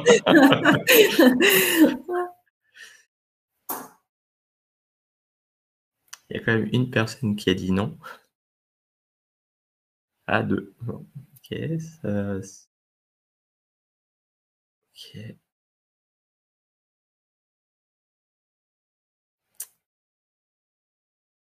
Ok. On est majoritairement sur du oui. Ça me change pas. On est majoritairement sur du oui. Alors, je vous rassure tout de suite, en le préparant, je me suis dit, oh, mais Alix, mais tu te rends compte le syndrome de l'imposteur que tu as également. Et c'est rigolo parce que ça m'arrive quand même assez régulièrement d'accompagner des hommes et des femmes d'ailleurs, les deux, vis-à-vis de ce syndrome de l'imposteur. Mais en fait, on est les cordonniers sont les plus mal chaussés. Je m'étais jamais posé la question pour moi-même. Et là, je crois que c'est définitif. J'ai un syndrome de l'imposteur tout autant que les personnes que j'accompagne. Donc, de quoi on parle? Parce que voilà, je vous donne ce bien grand mot. Puis syndrome, ça a tendance à faire peur, mais en fait, ça n'a rien à voir avec une maladie. Je vous rassure toutes et tous. On pourrait plutôt parler d'une sorte d'expérience d'imposture plutôt qu'un syndrome, parce que c'est absolument pas référencé dans le DSM dans le recueil des maladies mentales. Donc déjà, bonne nouvelle pour nous. En tout cas pour moi, je me sens déjà mieux. En fait, c'est une sorte de mécanisme psychique qui crée chez nous en fait une sorte de scepticisme permanent à l'égard de notre propre valeur. Donc en fait, on se dit si j'ai réussi, c'est que finalement j'ai rencontré les bonnes personnes, j'ai eu vachement de chance dans ce que j'ai fait. Heureusement qu'ils se sont pas rendus compte que finalement c'est quand même pas génial. Voilà, mais peut-être que quand même c'est un peu grâce à moi. Et ce matin, je me faisais la réflexion que en fait je fais des cours du soir et donc je retourne à l'école. C'est un grand moment de se retrouver à faire des partiels, 3 heures à écrire sur table avec un beau stylo plume. Là dernièrement, dans mon dernier partiel, quand j'ai reçu la note, je me suis dit non, ils ont fait une erreur, c'est pas possible, parce que j'ai eu 20. Je me suis dit mais non, mais j'ai pas fait une copie qui mérite 20, c'est juste pas possible. Et en fait, il y avait un petit astérix qui disait que la note n'était pas définitive et qu'ils attendaient le jury final, etc. Et depuis que j'ai cette note, j'y suis déjà retournée 3 fois pour savoir si le jury final avait délibéré. Et je m'attends à tout moment qu'en fait, ils descendent ma note parce que c'est juste pas possible que j'ai eu cette note par rapport à la copie que j'ai fournie, que moi, je trouvais franchement pas géniale. Voilà. Donc, vous voyez où ça se loge aussi le syndrome de l'imposteur. Et j'ai pas voulu dire aux autres quelle note j'avais. Je dis non, mais on attend que ça soit définitif. Bon, d'un côté, je vous le dis à vous, c'est enregistré. J'espère qu'ils regarderont pas. Mais bon, voilà, oui, c'est aussi ça, cette expérience d'imposture. Et en fait, ça touche un peu tout le monde et particulièrement les autodidactes. J'accompagne un monsieur en fait qui a pas fait d'études d'ingénieur dans un milieu où c'est important dans la hiérarchie, il y a que des ingénieurs. Et lui, il a un poste à responsabilité et à tout moment, il se dit, ils vont se rendre compte, quelqu'un va aller regarder mon CV et se rendre compte que je n'ai pas de diplôme d'ingénieur. Et donc, je dis, mais tu sais, mais personne ne va regarder le CV de personne en entreprise. Tu es là dans cette entreprise depuis 10 ans. Est-ce que tu vas regarder le CV de tes collègues pour savoir quelle école ils ont fait? Non, pas plus que toi. Donc ils le regardent pas. Mais bon, ça reste ancré et c'est majeur dans ce qui dans la manière dont il réagit aussi à ce qui se passe. Et, par exemple, dernièrement, il était avec un collaborateur et qui lui a laissé penser qu'en fait, il avait fait quelque chose qui n'était pas bien et il s'est retrouvé, il a eu la sensation d'être remis en question dans ses compétences et ça a été pour lui un moment très douloureux qu'il a vécu au-delà de ce qu'il est normal, on va dire, dans la situation qui était la sienne de ressentir. Et ce qu'il a ressenti là était très lié à ce syndrome de l'imposteur qui était là pour lui. Donc, en fait, on voit au travers de ce que je viens de vous dire là, c'est que, en fait, c'est quelque chose qui touche les fondations de qui nous sommes. Souvent, on confond la notion de syndrome de l'imposteur en disant mais il n'a pas confiance en lui. Alors, je vous dis ça parce qu'en fait, j'interviens, je vous ai dit, dans le milieu des femmes de la défense. Et en fait, j'ai une amie qui est générale de l'armée de terre et qui m'a invitée à organiser une sorte de mentoring collectif avec que des femmes officiers de l'armée de terre. Et donc, elles étaient très nombreuses. Il y a eu bien une 40aine de femmes ce jour-là. Le sujet les intéressait particulièrement. C'était le syndrome de l'imposteur. Et donc, dans cette séance de mentoring collectif, en fait, on fait se déclarer des gens qui sont mentors et d'autres qui sont mentorés. Donc, en fait, et je les fais se parler autour de cette thématique-là. Et on a balayé tout ce qui va autour du syndrome de l'imposteur. Et je me souviens qu'il y en avait certaines qui disaient non, mais c'est bon, tu prends le sujet à bras le corps, t'y vas, parce que voilà, on a confiance dans notre capacité à y aller. Et c'était extraordinaire parce qu'en fait, le syndrome de l'imposteur, si c'était une sujet de confiance, en fait, c'est beaucoup plus profond qu'un sujet de confiance en soi. C'est un sujet qui vient toucher l'estime de soi, l'amour de soi, la vision de soi. il y a un monsieur qui en parle très bien et qui aussi a beaucoup écrit sur ce sujet, qui est Christophe André. Alors je regarde à côté parce qu'en fait j'ai son livre juste à côté de moi, qui s'appelle L'estime de soi, s'aimer pour mieux vivre avec les autres, qui est un très beau livre et qui vous permet d'aller vraiment creuser ce qui s'y passe. En fait, vous voyez cet arbre avec ses racines dans le sol et ses feuilles. Donc il y a une vision interne, il y a une vision externe. Ce qui nous fonde, nous qui on est. C'est ce qui s'est passé, on va dire, entre 0 et 7 ans. C'est le moment où notre personnalité se structure. À ce moment-là, si on a été dans une situation sécurisante ou insécurisante, ça n'est pas du tout la même chose pour nous une fois adultes. Et on garde une bonne partie dans le syndrome de l'imposteur de qui on a été dans ces enfants, dans cette période-là, entre 0 et 7 ans. Rappelez-vous que ce sont nos fondations. Et en fait, on est complètement là dans le domaine de l'être. Alors que quand on est devenu arbre et puis que ces branches sont arrivées, ces feuilles sont arrivées, c'est ce que nous montrons au monde en fait, ce qui est l'externe de nous. On peut très bien montrer une confiance, la confiance, c'est de l'ordre du faire. C'est-à-dire que je fais des choses et j'ai la sensation d'avoir suffisamment confiance dans mes compétences et dans ma capacité à faire des choses. Mais vous voyez, quand j'ai 20, je me dis c'est pas possible, je peux pas avoir 20. Et donc c'est vraiment de l'ordre de l'interne et du domaine de l'être. Est-ce que ça vous parle quand je vous parle de ça, de ces différents éléments? Ça m'intéresse d'avoir aussi votre retour. Si vous avez aussi des questions sur ça, parce que ça c'est essentiel. Tout à l'heure on parlait de l'argent, mais c'est aussi lié à ça. Donc on voit que ça se ramifie dans plein de domaines de notre vie. Oui, ça parle à Pauline. Merci Pauline. Et en fait, ce qui se passe, c'est que c'est une sorte de cercle vicieux d'un manque d'estime en fait. Ce sont des croyances qu'on s'auto-convainc de ça.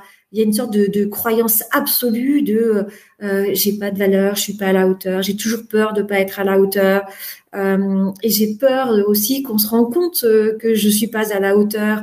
Et du coup, j'ai des comportements qui viennent renforcer, parce que forcément les comportements ont des résultats qui renforcent des croyances, et c'est comme ça que je renforce sans cesse cette sensation d'être ces expériences d'imposture. Je vous dis ça parce que j'ai aussi connu des gens qui avaient besoin, et d'ailleurs c'est un sujet qu'on fait avec les entrepreneurs, qui avaient besoin d'ouvrir leur CV, pour se redire mais c'est bon, j'ai fait tout ça.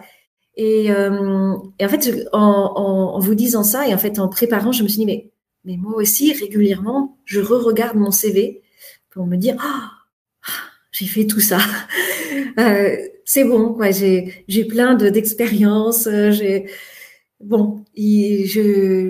suis à ma place. Et en fait, il y a quelque chose de la place que j'ai. Vous voyez, il y a un emplacement particulier. Je suis à ma place, je suis légitime dans ce que je fais. On peut faire appel à moi, etc. Et quand on travaille, je vous disais, quand on travaille avec les entrepreneurs, on travaille sur les résultats probants. Qu'est-ce que vous avez fait réellement dans votre vie? Qu'est-ce qui a marché, mais aussi qu'est-ce qui a pas marché, mais sur quoi vous êtes relevé et qui a été encore mieux derrière. Ça. Alors, merci Aurélie. Oh, ça y est, c'est mon premier témoignage. Je suis tout émue. Je me lance dans un secteur nouveau, dit Auréline, et paraître inexpérimentée fait peur. J'ai confiance en ma capacité d'apprendre et de m'adapter, mais effectivement peur de paraître illégitime. Et franchement, je vous comprends, Auréline, ça m'est arrivé tout autant que vous. Ça a été aussi difficile. surtout quand le secteur est nouveau, parce que et vous verrez d'ailleurs, c'est rigolo, Auréline, parce que là je vous parlais des serial entrepreneurs. Quand on l'a fait une fois, ça va mieux la deuxième fois déjà. Et puis on se rend compte que c'est même addictif. Et quand c'est plus nouveau, quand c'est plus trop nouveau, et ben ça nous manque aussi un peu. Voilà. Mais oui, merci Auréline. Alors en fait, il se trouve que cette notion d'estime et ces croyances, elles se retrouvent aussi dans nos positions de vie. Et ce qu'on appelle les positions de vie, c'est donc vous voyez ce cadran. Alors c'est un concept qui est emprunté à l'analyse transactionnelle. On part du principe que j'ai la sensation, je m'évalue moi en tant que valeur et j'évalue l'autre en tant que valeur. Et très souvent, en fait, dans ce syndrome, cette expérience d'imposture, on a une attitude plutôt d'infériorité. Ça veut dire qu'on a la sensation d'avoir moins de valeur que les autres. Et ça donne du style des choses. Oh, lui, c'est vachement bien faire, mais c'est normal parce que en fait, il a fait des études comme ci, comme ça, il sait beaucoup mieux que moi qui arrive dans ce domaine-là, qui n'est jamais faire. Ah, il a déjà 3 entreprises, forcément, il sait mieux faire que moi. Et on se dévalorise par rapport à lui. Et ça, c'est aussi une expression de ce syndrome d'imposture. Mais aussi, faites attention parce que parfois, on a des gens qui se survalorisent. Et vous pouvez avoir des gens qui disent non, mais c'est bon. Je me souviens très bien d'un ancien collègue qui était toujours en train de dire moi je. Et on se disait mais attends, mais c'est bon quoi. Toi tu. Ça donnait la sensation que en fait, il prenait les gens de haut. Mais en fait, c'est aussi une notion de manque d'estime de soi. C'est-à-dire qu'au travers de sa survalorisation qu'il montrait, il auto-travaillait sur son estime de lui. Dire bon, j'ai de la valeur. Il montrait qu'il avait besoin de montrer qu'il avait de la valeur parce qu'en fait, il avait la sensation qu'il n'en avait pas. En fait, quelqu'un qui sait qu'il a de la valeur, il n'a pas besoin de se comporter comme ça. Donc, quand on sait qu'on a de la valeur et qu'on considère que l'autre a aussi de la valeur, on est dans une vraie attitude de coopération. On se respecte soi et on respecte les autres. Quand je suis en formation et que j'explique ça, tout le monde dit « Ah non, mais moi, c'est bon, je suis dans une attitude de coopération, j'ai de la valeur et l'autre a de la valeur. » C'est la raison pour laquelle je fais faire le test avant. Et quand ils ont fait le test et que je leur explique après, et on fait un test toujours avec un petit graphique. Donc là, je leur dis bon alors, on compare. Au départ, on compare les formes. Ah, vous avez une forme comment? C'est un losange, c'est un triangle, bref. Et puis après, on en arrive aux positions de vie. Et là, pof, il y a une prise de conscience de personnes qui s'étaient pas du tout imaginées en attitude de supériorité et qui pourtant l'étaient. Et la nécessité de revenir dans une attitude de coopération qui est le respect de soi et le respect des autres. Et quand on est dans un lancement en tant qu'entrepreneur, c'est majeur parce que quand on va aller s'adresser aux autres, on va énormément coopérer. On va, même si on s'adresse aux investisseurs, c'est une coopération avec peut-être des co-dirigeants, c'est une coopération avec des clients. Alors on peut toujours regarder on pourrait passer un certain temps sur la relation client-fournisseur, mais c'est une attitude de coopération et Céline pourrait en parler encore mieux que moi. Voilà, qu'est un organisme de formation sans ses formateurs et qui est un formateur sans un organisme de formation. Donc c'est forcément une notion de coopération à tout instant. Je vois Auréline qui nous écrit, qui dit justement quand je me laisse avec mon conjoint qui lui sépare les banques, j'ai tendance à le laisser parler et en réponse les gens ont tendance à s'adresser à lui. Alors oui Auréline, merci Auréline de dire ça parce que c'est un vrai sujet. Il y a beaucoup de femmes entrepreneurs qui en parlent et qui disent qu'au départ, effectivement, les clients ne s'adressaient qu'à un homme. C'est-à-dire que quand je me souviens d'un témoignage d'une femme entrepreneur dans l'IT qui disait mais voilà, quand j'arrivais, elle disait bon vous êtes la commerciale, on va attendre le technique. Et non mais moi je suis technique, c'est beau, c'est moi le patron, je vais réussir à vous dépatouiller. Non mais on va attendre le technique.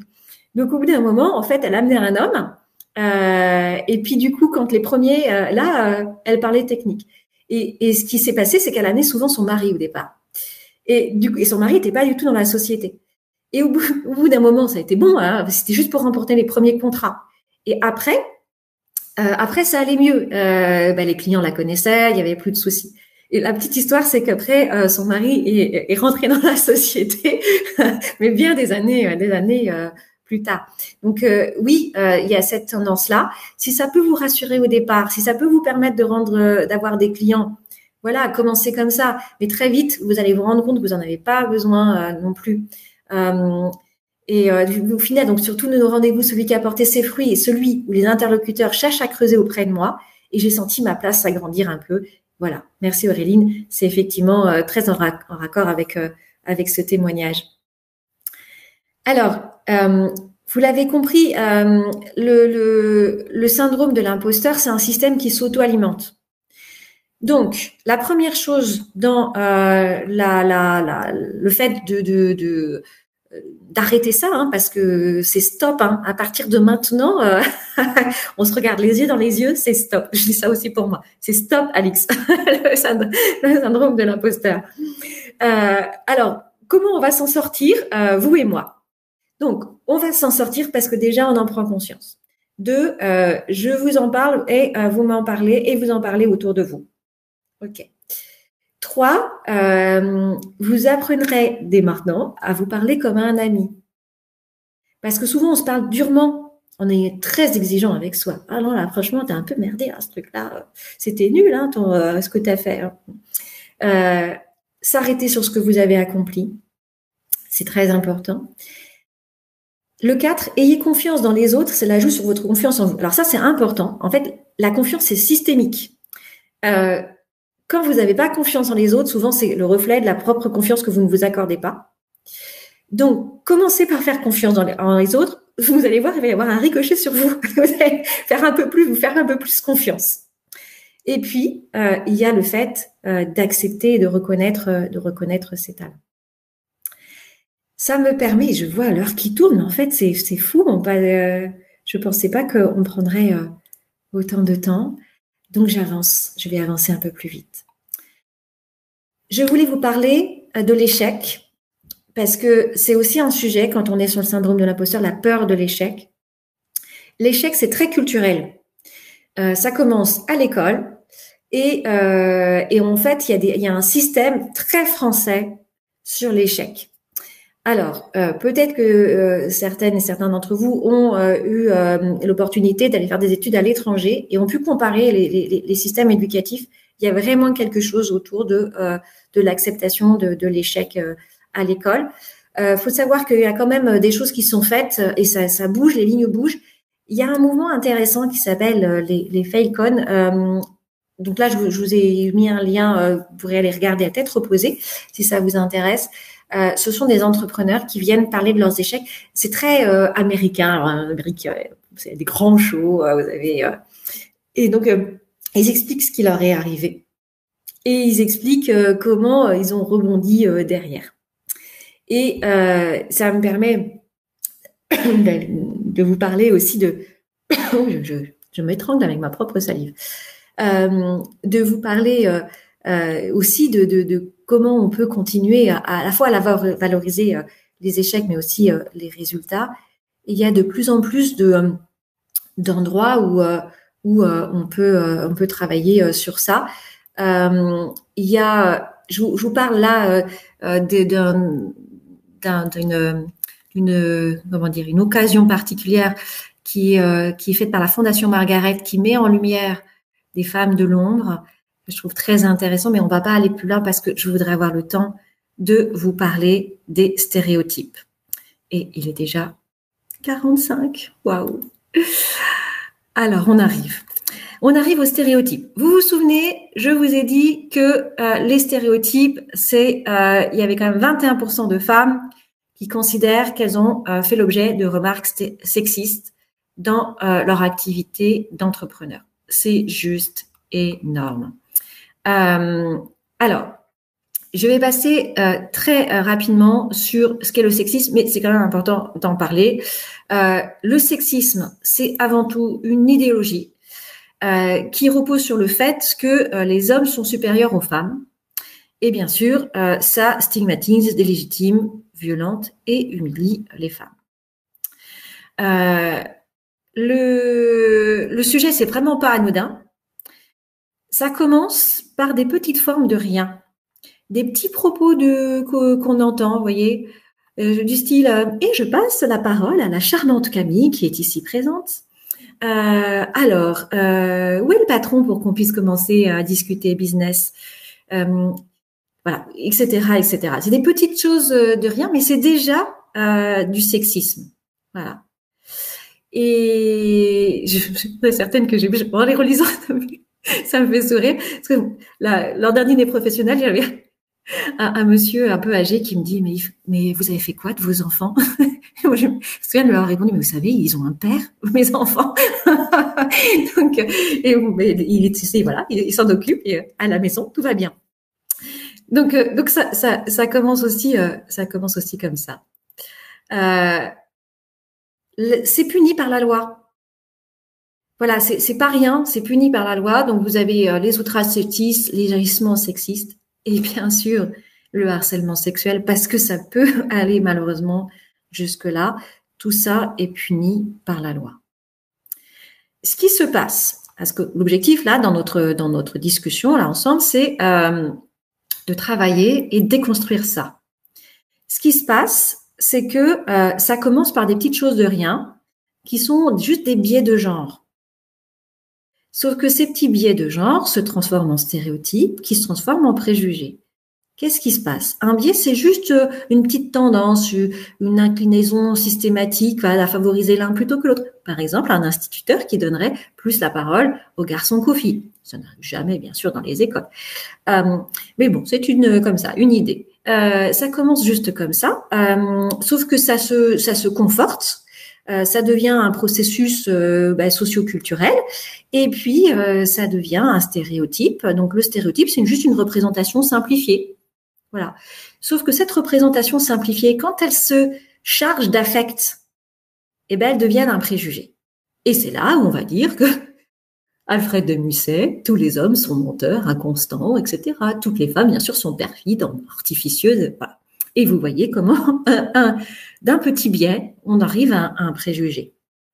Alors, c'est bien gentil, tout ça, mais c'est important de les déconstruire. Mais avant de les déconstruire, je voudrais quand même vous parler d'un sujet. Je résiste pas, même si on n'est pas très en avance, à vous montrer une slide importante. Ceci est une expérience neuroscientifique, ceci est donc très sérieux. C'est pour vous expliquer ce qui se passe dans votre cerveau. Dans votre cerveau, vous avez des circuits automatiques parce qu'il se trouve que le cerveau, il est paresseux. Donc, il a tendance à réagir et c'est pour ça que c'est fait. Les biais, les stéréotypes, c'est fait pour ça. C'est parce que le cerveau, il est paresseux. L'expérience est la suivante. Vous avez cette dame blonde. On propose à un certain nombre de personnes, en quelques millisecondes, c'est vraiment très rapide, de noter cette personne sur 3 critères. D'abord, sa beauté, après son intelligence et après son ambition. Sauf que les groupes sont divisés, certains ont le nom Maria D'Angelo, certains Sarah Finkelstein et certains Kay O'Malley. Qu'est-ce qui se passe? Il se passe que Maria est très belle, mais elle n'est pas du tout intelligente. Et franchement, elle a une ambition dans la moyenne. Alors que Sarah est très laide, mais elle est très intelligente et elle a une très forte ambition. Alors, je vous dis ça, attention, quelques millisecondes, c'est le circuit rapide qui va répondre. Bien sûr, quand on leur laisse quelques secondes et qu'ils regardent ce qu'ils ont répondu, ils sont horrifiés. Ils se disent non mais c'est pas possible, j'ai pas pu répondre une chose pareille. Mais juste pour vous dire que ce sont vraiment des circuits automatiques qui font faire, amener à des situations qui sont quand même assez intéressantes. C'est pour ça qu'il est important d'aller travailler sur la déconstruction des stéréotypes. C'est pour ça que c'est un travail que l'on fait tous les jours pour lequel vous avez aussi une responsabilité à plein de titres. Parce que je suis sûre que si on vous faisait ça, on trouverait aussi vos stéréotypes, les automatismes que vous avez. Et moi, je me rends compte tous les jours que je suis obligée de rééduquer mon cerveau sur un certain nombre de stéréotypes que j'ai. C'est pour ça que avec M2I, on a travaillé sur ces ateliers de déconstruction des stéréotypes. Juste pour vous dire comment ça fonctionne, en fait, le principe, c'est un principe étiquette, si vous connaissez France TV Slash, c'est une émission très intéressante de déconstruction des stéréotypes, et on part sur des grands stéréotypes. Du coup, et chacun se positionne vrai, faux, et après on dialogue. Et c'est du style, vous lisez Thibaut Meunier esthéticienne, Lise Dumont couvreur, est-ce que vous prenez rendez-vous? Oui, non, oui. Alors pourquoi? Dis-moi, tu prends pas rendez-vous avec Thibaut Meunier esthéticienne? Ah ouais. Etc. Et on dialogue autour de ça. Et ça nous permet de déconstruire les stéréotypes de genre. Il y en a pour tous les goûts, y compris pour les hommes. Voilà, un homme qui ne réussit n'est pas un vrai homme. Voilà, si à 50 ans, t'as pas ta Rolex, c'est quand même que t'as raté ta vie. Etc., etc. Et ça se fait en mixte, hommes et femmes.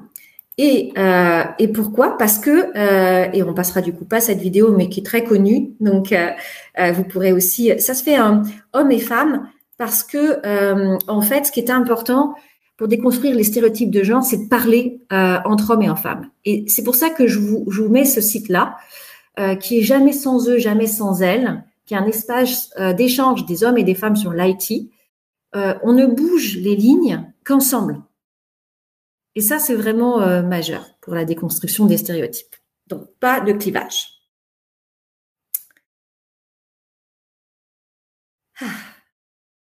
Et ça commence très tôt, vous avez compris, ça commence dès l'école. Et ça, c'est important. Donc, je vous mets pas la petite vidéo de la maman qui parle à sa petite fille et qui explique qu'en fait, si elle est entrepreneur, c'est pour pouvoir aller la chercher à l'école. Donc ça, c'est petit message pour ceux et celles qui avaient dit c'est très difficile pour l'équilibre. Moi, je reconnais que je trouve que mon équilibre est meilleur, même si je travaille beaucoup et parfois y compris le week-end. Avant, je choisissais pas mes horaires. Aujourd'hui, je les choisis. Et ça, mine de rien, j'ai l'impression de voir beaucoup plus mes enfants aujourd'hui. Même si je fais en déplacement chez des clients, c'est pas pareil. Même si je trouve que mes enfants sont de plus en plus demandeurs et qu'ils se rendent pas compte que c'est quand même mieux qu'avant, je dis, mais quand même, je suis quand même plus là. Mais non, ils en demandent encore plus, mais bon, tant mieux. Voilà. Et donc, ça commence très jeune, c'est une question aussi d'éducation et on en a tous la responsabilité. Ça me permet d'arriver à qu'est-ce qui va faire que vous allez vous mettre en action, que vous allez monter vos projets aussi. Et là, il y a quelques petits mécanismes qu'il est important de discuter avec vous. Le premier mécanisme qui fait que vous allez vous mettre en action, c'est que vous allez vaincre désormais la procrastination. Je vous regarde aussi là les yeux dans les yeux. Vous allez vaincre la procrastination parce qu'en fait, la procrastination, c'est juste une balance coût-bénéfice et que juste quand vous êtes très aligné, que vous avez très envie et que vous voyez ce que ça va vous apporter, finalement, les coûts, vont être moins importants. Et souvent, on a une tendance à survaloriser les coûts. C'est pour ça qu'on se lance pas. On se dit, waouh, ça va donner être un problème entre équilibre vie privée, vie professionnelle. Et si ça n'en était pas un? Voilà. Ça va être un problème sur mon salaire, comment je vais faire pour ne plus avoir peut-être de salaire pendant un temps. Et si ça n'en était pas un non plus? Et c'est ça qui va être important et qui va vous mettre en mouvement. Et si vous avez besoin, encore une fois, d'être aidé, il y a plein de choses et d'organismes qui peuvent vous aider. Et j'en parle un programme que j'aime beaucoup, qui est le programme HEC Stand Up, parce que en fait, il vient accompagner des femmes essentiellement dans les quartiers, qui sont des femmes qui ont très peu de ressources et qui pourtant se lancent et qui se lancent avec pas beaucoup d'argent. Et quand vous irez regarder les petites vidéos de HEC Stand Up, on n'a pas le temps de voir là ensemble, vous verrez que ce que dit HEC, ce qui est vraiment au cœur, c'est que la personne, c'est elle qui incarne le projet. Et elle est plus importante que tout. Et d'ailleurs, les investisseurs s'y trompent pas, hein.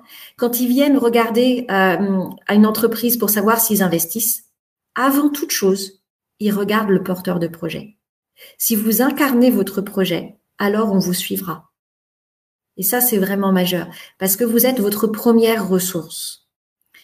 Et chez HEC, ils voient ça comme une forme d'ikigai.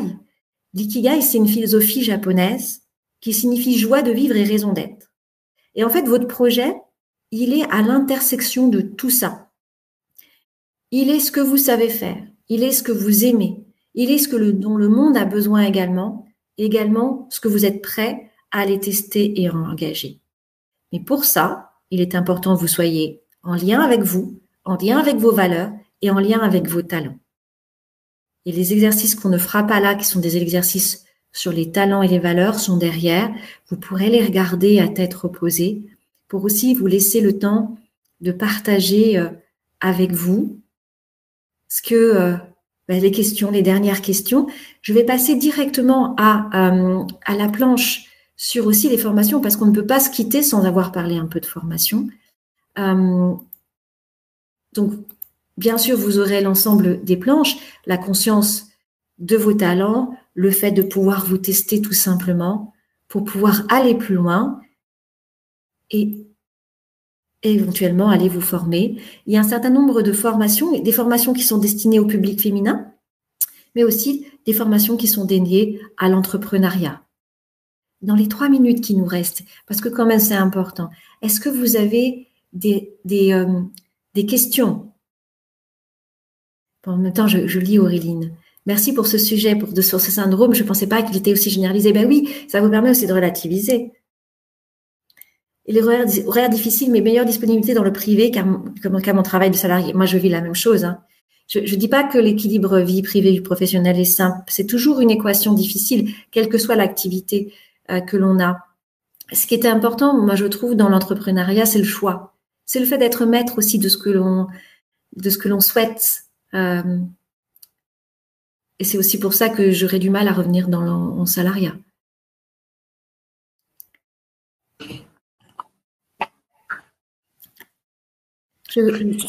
Céline, j'imagine que tu es là. Ah, merci Céline, ça me fait plaisir de te retrouver.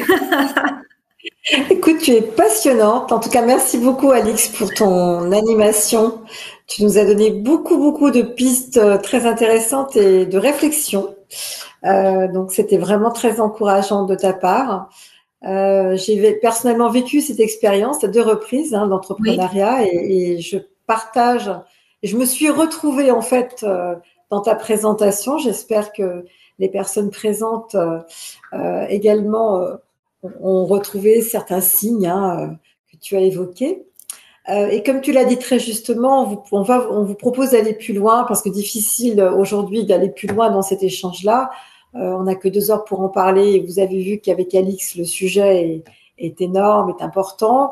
Et donc, on vous propose au travers de ces 3 formations qui s'affichent à l'écran de poursuivre ce débat, également de l'expérimenter, parce que nos formations actions sont très expérientielles. Donc, elles sont tournées vers nos apprenants, et c'est également l'occasion non seulement de pouvoir aborder des théories, parce que c'est important de connaître, d'avoir quelques notions théoriques pour aborder les sujets, mais surtout c'est d'expérimenter ces savoirs. Donc, elle a une approche très expérimentale dans ses formations. Je pense qu'elle nous l'a fait vivre également ce matin. Donc, 3 formations: être une femme dans un milieu professionnel qui dure 3 jours, femme leader, développer votre leadership, et manager dirigé au féminin. Donc, 3 formations qui seront animées par Alix, donc dont vous avez pu, j'espère en tout cas, apprécier son charisme, mais également son expertise sur le sujet. Et grâce au code que vous avez à l'écran, Flash MGT-FAM, vous pourrez bénéficier de 20% pour vous inscrire à ces formations. Donc, cette remise n'est pas du tout limitée au nombre de participants. Vous pouvez inscrire plusieurs personnes au sein de vos entreprises. Je pense au CSE également, qui très souvent sont également interroger sur ces projets de développement personnel et professionnel. C'est aussi l'occasion, pourquoi pas, de pouvoir proposer à vos salariés, à vos collaborateurs d'assister à ces formations pour pouvoir se lancer ou pas dans une aventure entrepreneuriale, hein, tant qu'on en est dans la réflexion, on a toujours le choix d'y aller ou pas.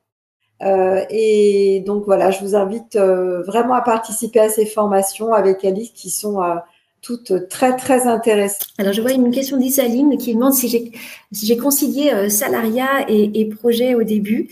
Alors quand j'ai lancé le projet, j'étais plus salariée, donc non, j'ai été déjà sortie du monde de l'entreprise. Donc voilà, j'ai pas eu cette occasion de le faire.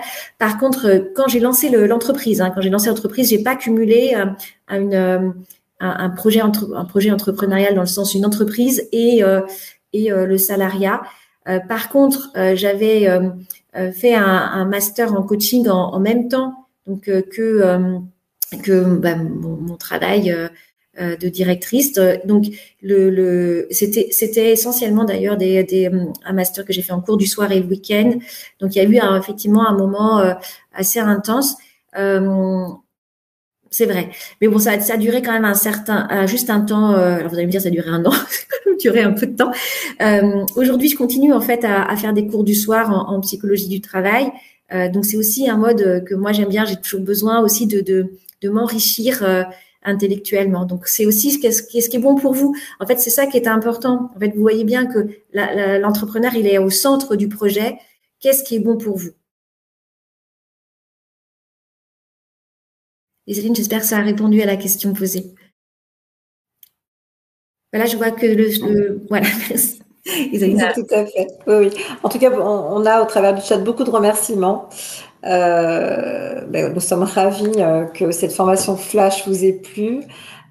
Si vous n'avez pas d'autres questions, on va se quitter parce que c'est vrai que le temps passe et que c'est compliqué de respecter le timing toujours. Donc notre webinaire se termine. Je vous remercie à toutes et tous de nous avoir suivis, d'avoir participé activement au travers de vos questions, de vos manifestations sur le chat. Et nous espérons vous revoir très très bientôt, soit au travers d'une formation qui serait peut-être animée par Alix, soit lors de notre prochaine formation Flash. Je vous souhaite une excellente journée. Merci Alix et puis merci Thomas. Merci à toutes les participantes. C'était très intéressant aussi de partager ce moment. J'ai adoré aussi la préparer. Donc voilà. Merci beaucoup. Bonne journée à vous. Au revoir. Bonne journée. À bientôt. Au revoir.